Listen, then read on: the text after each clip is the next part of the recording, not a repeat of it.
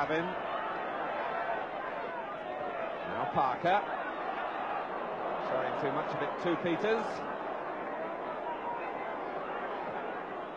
Waiting for some support, and it was Houston who spotted it, but Peters was in trouble. And here's Hatton, Butlin's waiting in the middle, and it goes in. Barry Butlin has the arm raised, and Sheffield United take the lead. Well, it was a goal that was surely on the cards. Houston laying it skillfully down the line, and it was Hatton who got in behind the defence, and Butlin and Phil Chambers might just have got a touch as well.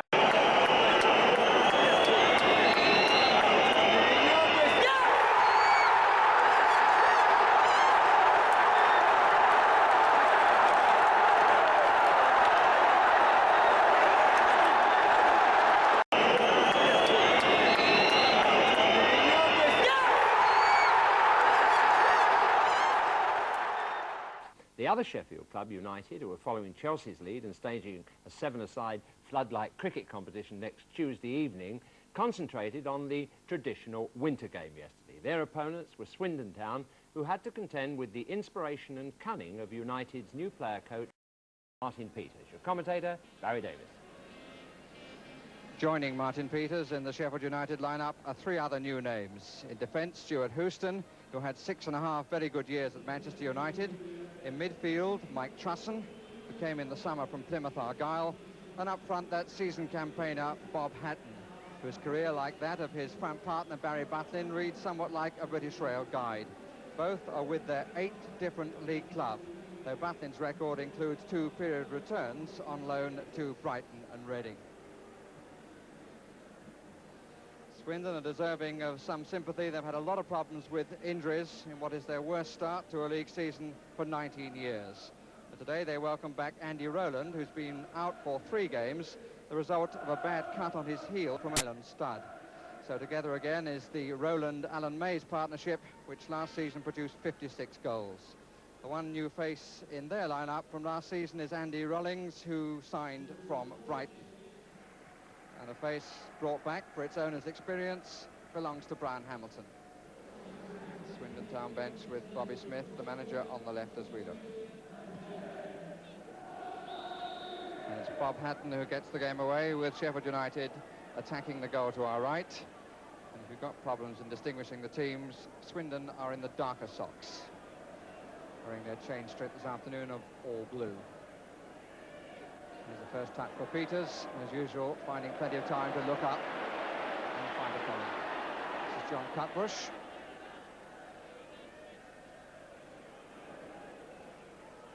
Kenworthy forward from the back. And an early encampment by Sheffield United in opposition territory. And an absolute gift, but the whistle had gone anyway for handball. But I'm not really quite sure what Russell Lewis was trying to do, and I don't think he was either. And the referee this afternoon is Ray Toseland of Market Harborough. Moment of panic on a sunny afternoon. Houston with the knee. Nice by Rowland to Miller.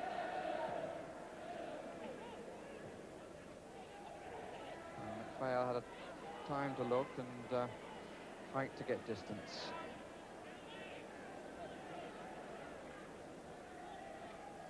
It's a corner. Swindon bringing 3 players into the 6-yard box. And Andy Rollings couldn't get there. There's Miller again. And the pace of that was too much for Carter.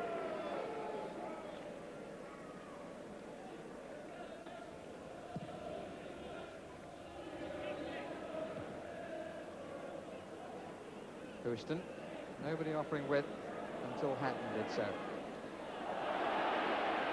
Handball. Well, in fact, although the cry was for handball, the free kick has been given to Sheffield United. A bit of pushing in from behind.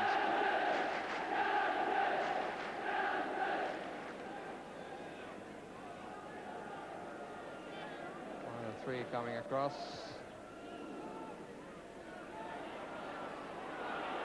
Tibbett. Hatton. Trusson. And it came off the woodwork.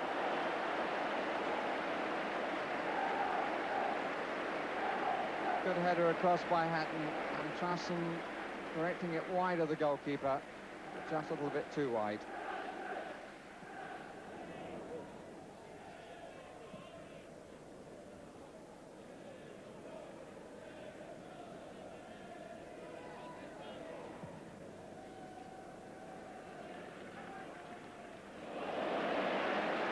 Tibbett. Hatton. Trusson pulling away far post. And it came off the crossbar. And Allen coming across his goal, looking as Trusson was for the header backwards, found the ball coming off his crossbar, having beaten him.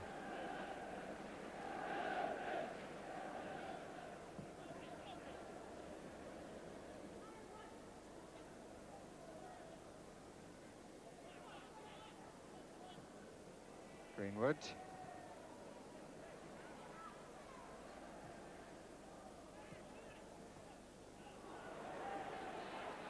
Trusson. Tibbett. And falling Carter. And falling over the goalkeeper, and penalty given. Well, Tibbett, I suppose, can count himself a little fortunate. He did well to fool Carter, but Allen would probably claim that he was coming out to get the ball, and the fall over the top was inevitable, which any challenge like that must be. But it's a chance for Tony Kenworthy to beat Jimmy Allen. 41 minutes gone, and 1-0 to Sheffield United, the scorer Kenworthy.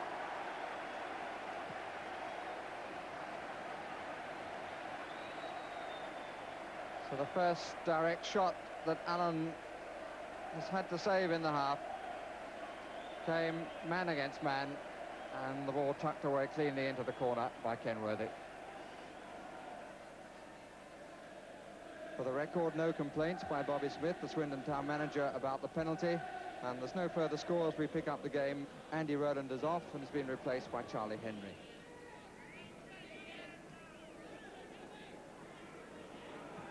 Tight the midfield into a small area.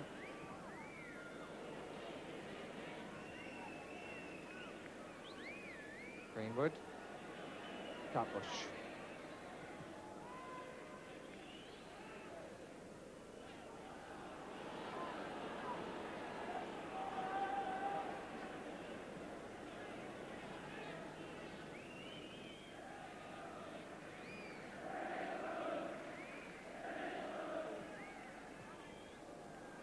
Back from Miller from Kamara, promising for Swindon.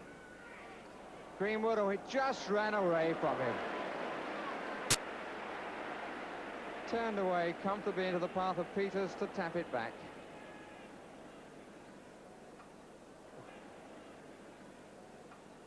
Good use of the chest by Matthews. Tibbett.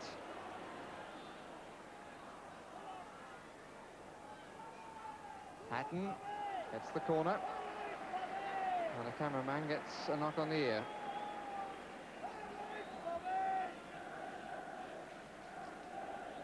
A good contest between these two. Hatton is leading. There's Charlie Henry who got it away. That's the goalkeepers.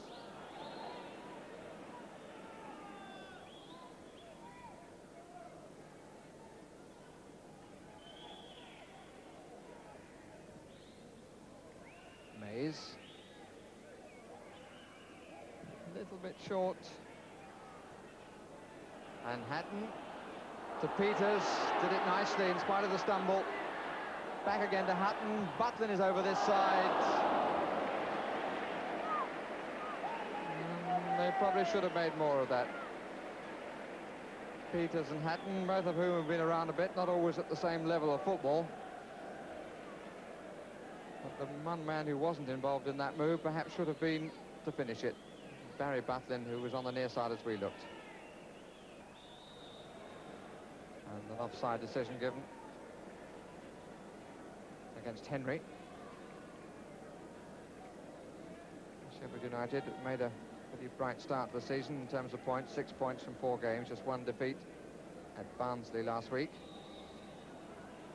At the turn of the year, they suggested themselves as promotion candidates, but won only 3 in the last 20 and 1 in the last 10. And their chance disappeared, and they finished pretty low down at 12th. There's Tibbett. Held the cross well for Hatton. Nice touch away by Allen.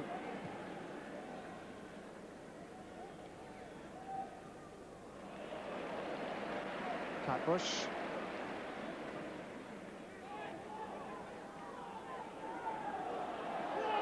And Hatton gets it away from Carter. Surely he's going to put it away this time. No! Oh, bother. Well, he perhaps could have taken more time.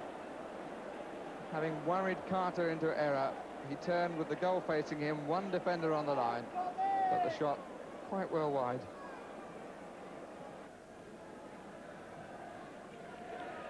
Bale didn't know where it was, neither I think did Henry. Butlin, Trusson, Hatton. He's got Tibbett just behind. Number 7. And a corner. Well, he changed the point of the attack. Nicely finding Tibbett.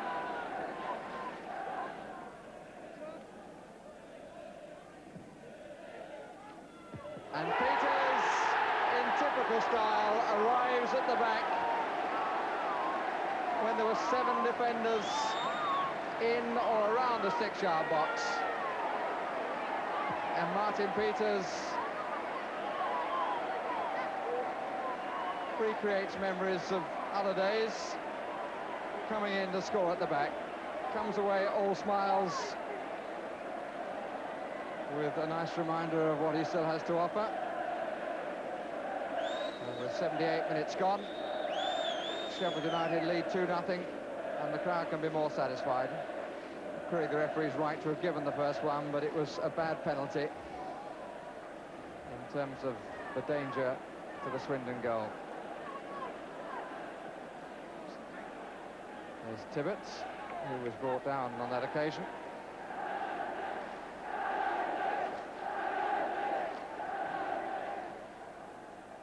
Chris Kamara going for it.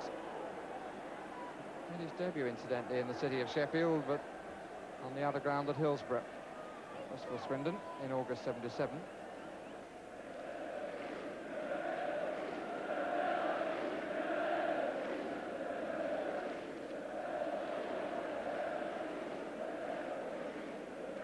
Nicely done by Trusson. Not quite so well by Tibbett.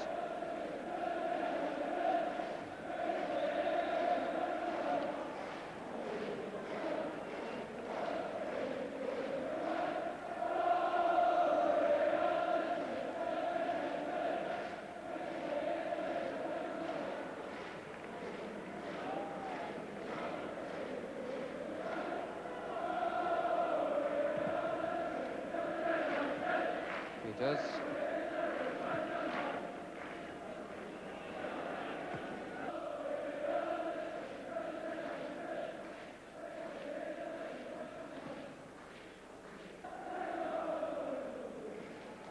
Hamilton. Kenworthy.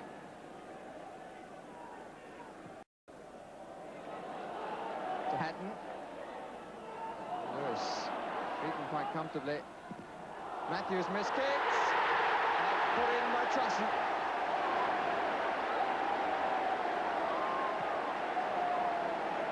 Well, Trusson takes the congratulations of his first goal for his new club. But as the crowd applaud and Trusson gets the congratulations, Some of it also is deserved by Hatton, who initially walked comfortably away from Lewis. The missed kick by Matthews, and Trusson stuck out the foot to make it 3-0. Third goal coming in the 82nd minute.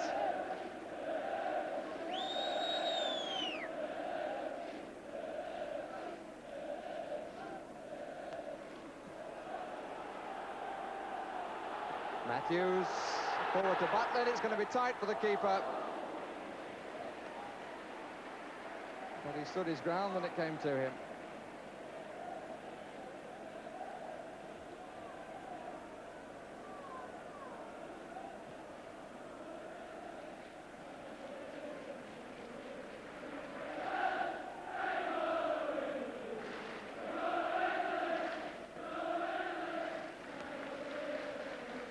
It was out. And with the match won, Martin Peters comes off to be replaced by Paul Dana.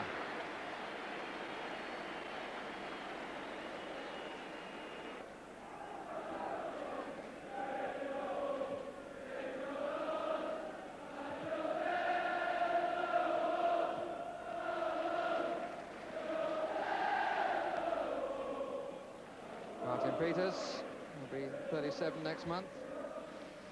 Playing today his 692nd game, which has just come to an end. Is there still time for Hatton? Well, not if he trips his man like that.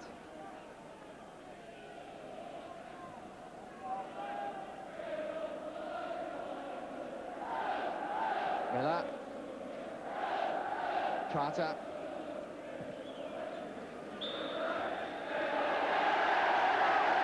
And the player coach gets to his feet. The crowd applaud.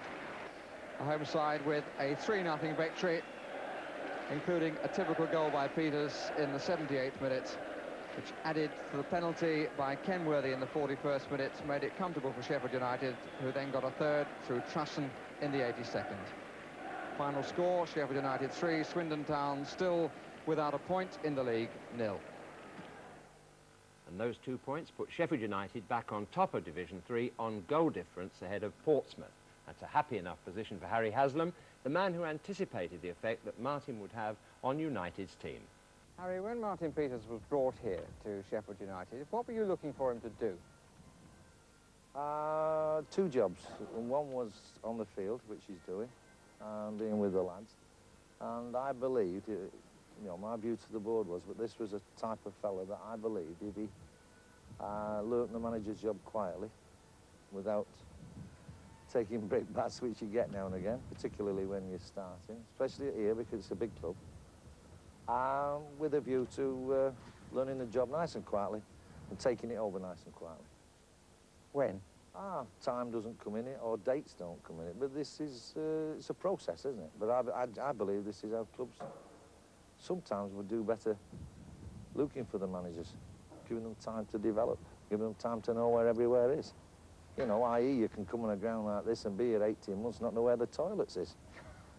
But I said to Martin, just learn everything quietly. We'll go along with dual ideas and let's see it come out on the field, which it is. Can we just go back to Harry Haslam, the man? You said the club attracted you, a big club, and a club that had slipped down, so a chance to put it back. What about the bloke himself, who has a reputation as well as his abilities for being a bit of a joker? Well, I wouldn't call him a joker. I would call him a happy man, as they call Happy Harry. But he'd done a fabulous job with Luton and got them out of kind of deep trouble financially. And he's done a wonderful job here with Sheffield United. And as I say, Harry takes care of all that work. And as far as I'm concerned, at the moment, so that suits me, because I do what I'm best at, and that's with the players and playing and coaching. And so it's a good team up at the moment. And hopefully it's going to carry on for a few years. But in the meantime, you are learning about the other side of football.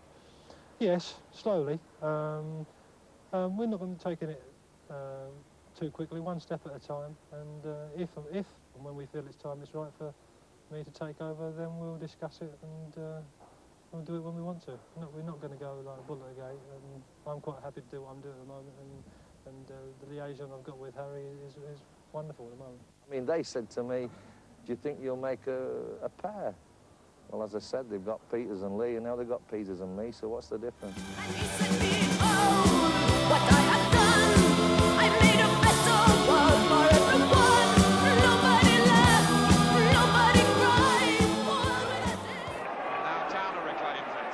And Forrest is onside in Sheffield United court square. And Finney.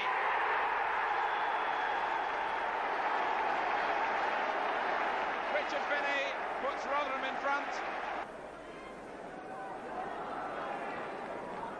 Here's Rhodes. Again wanting to try the shot. Oh, poor Derek Richardson. The goal for Mark Rhodes that he can hardly believe. Richardson diving over the top of it. Some of the passion of the derby game coming to the surface as Ian Porterfield passes on instructions again. And John Ryan with a belter. Matthews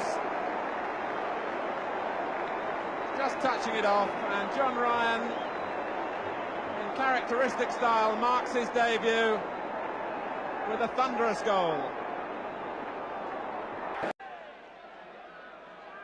Colin Powell will take the corner. Shaw, number 4, is in there. Floated in there. Back header. Oh! Hales has got it. A back header by Peter Shaw, and Derek Hales gets his 7th goal of the season, injured though he is. A substitute, Kevin Smith. Powell. Smith. Oh, what a nice little ball there by Kevin Smith for Colin Powell. Crossed him again, and Martin Robinson. Well, what a lovely bit of play by Kevin Smith that led to it in the first place.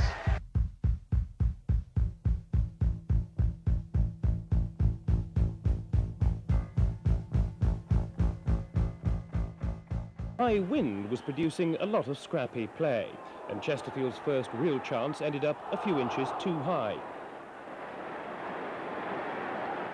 Even when Chesterfield's Alan Birch got a shot on target, it was ruled out for offside. With all the action at one end, it wasn't surprising that a few dozen United fans had invaded the Chesterfield end. They were quietly led away at half-time and thus missed Sheffield United's opening goal, which came as a complete surprise to everyone.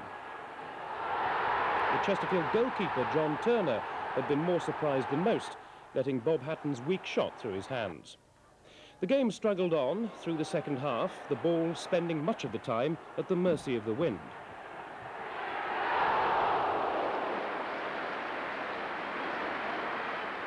Chesterfield then began to look for the equaliser, this free kick eventually bringing one of the game's better saves from Derek Richardson. At the other end, Sheffield were making the most of some poor defensive work.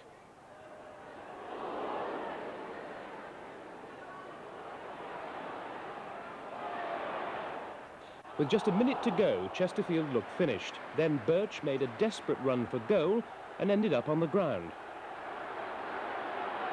John McPhail went on his knees to protest, but his prayers weren't answered.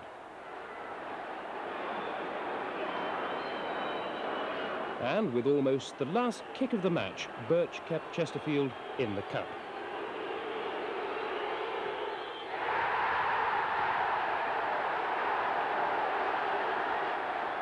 A draw was probably the best reflection of the game. The two sides will try to get a result at Chesterfield tomorrow night. On a windy night and on a pitch like Christmas pudding, it wasn't surprising that both sides began nervously. After that mistake by the Sheffield keeper, Chesterfield were in trouble following a clever backheel by Paul Garner.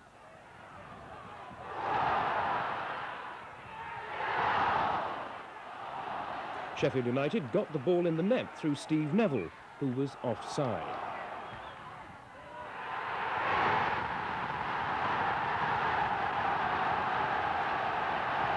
It was never more than a scrappy game until after half-time. Then, out of the blue, Chesterfield came out and scored. But substitute Gary Simpson's goal had been a touch lucky, his shot coming off a defender. If neither side had produced much action until then, the goal at least forced Sheffield to retaliate. The scrambles that followed were typical cup-tie scenes. And as time went on, Chesterfield sacrificed what little skill they'd shown earlier in favour of a more pragmatic approach. It was all too much for one supporter who made his way out by the direct route and was redirected by the police. But the assault on the Chesterfield goal continued without making any real progress.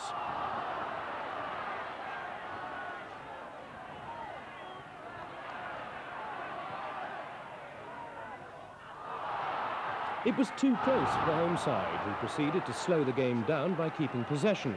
The referee then decided that John Stirk's ball juggling exercise was ungentlemanly conduct, took his name and awarded a free kick.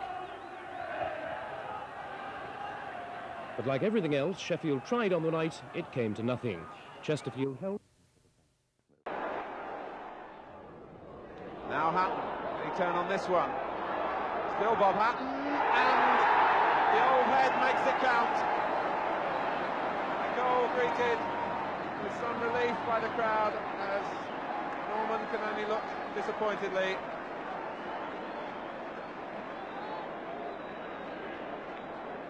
Flicked on for Hatton to just adjust himself here, and wrong-footing defenders and goalkeeper.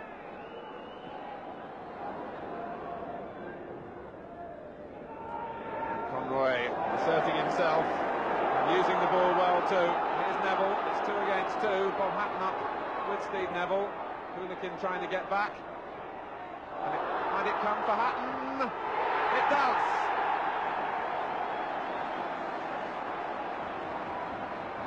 And credit really to Steve Conroy at the other end of the field, who started that by first of all claiming the ball with great authority, using it to set Neville on his way. The pass just taking a deflection, but it was enough to reach Hatton, and he doesn't make any mistake with those. Ryan. Tibbett.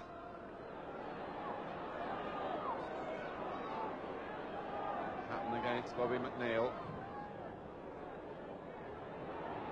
Hooligans header going straight to Tibbett, and deflection, and when you're down, that's how it goes against you. As Tibbett will take the credit for it.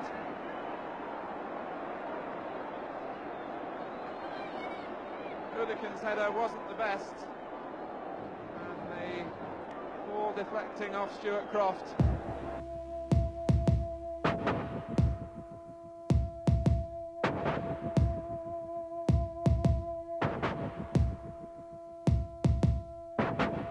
In the cold air,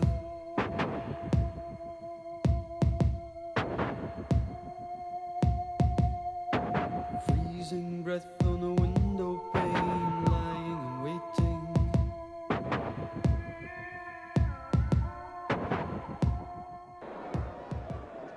Tried it on by Robbins, Kenworthy there before Austin. It really isn't a day to play any football in your own third of the field.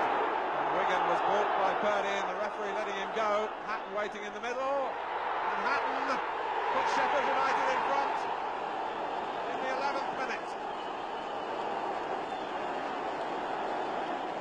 With the conditions playing their part, and the defenders unable to cope with the pace of Wigan after Tony Moore had slung the ball forward.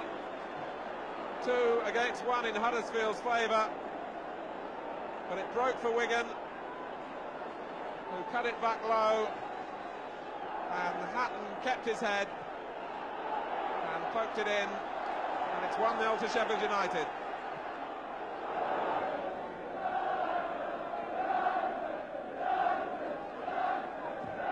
Ryan's corner, and Wigan all alone. Well, he certainly found space there.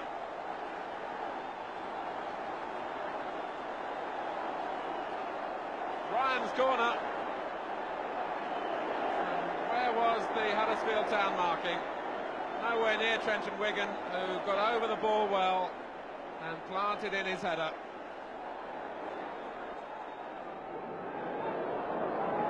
Here's John Ryan, who's got plenty of strength. Garner's gone through the middle. Here's Gibbons. Touching it on for Hatton. The first chance coming to Bob Hatton. And how well he took it. 3 minutes gone. Gibbons playing his part with a delightful flick. Hatton sized up the situation and belted it over Johns just under the bar. Hatton beaten by Berry. Then Warman's header. And here's Moore again. Ryan looking for Gibbons, who looks for Hatton. And the old one too. Put in. Paul Garner.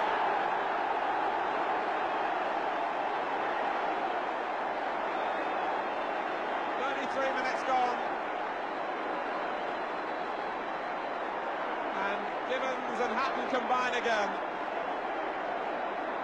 Beautifully knocked on by Gibbons. Hatton wasting no time. Off the underside of the bar. Garner follows it in.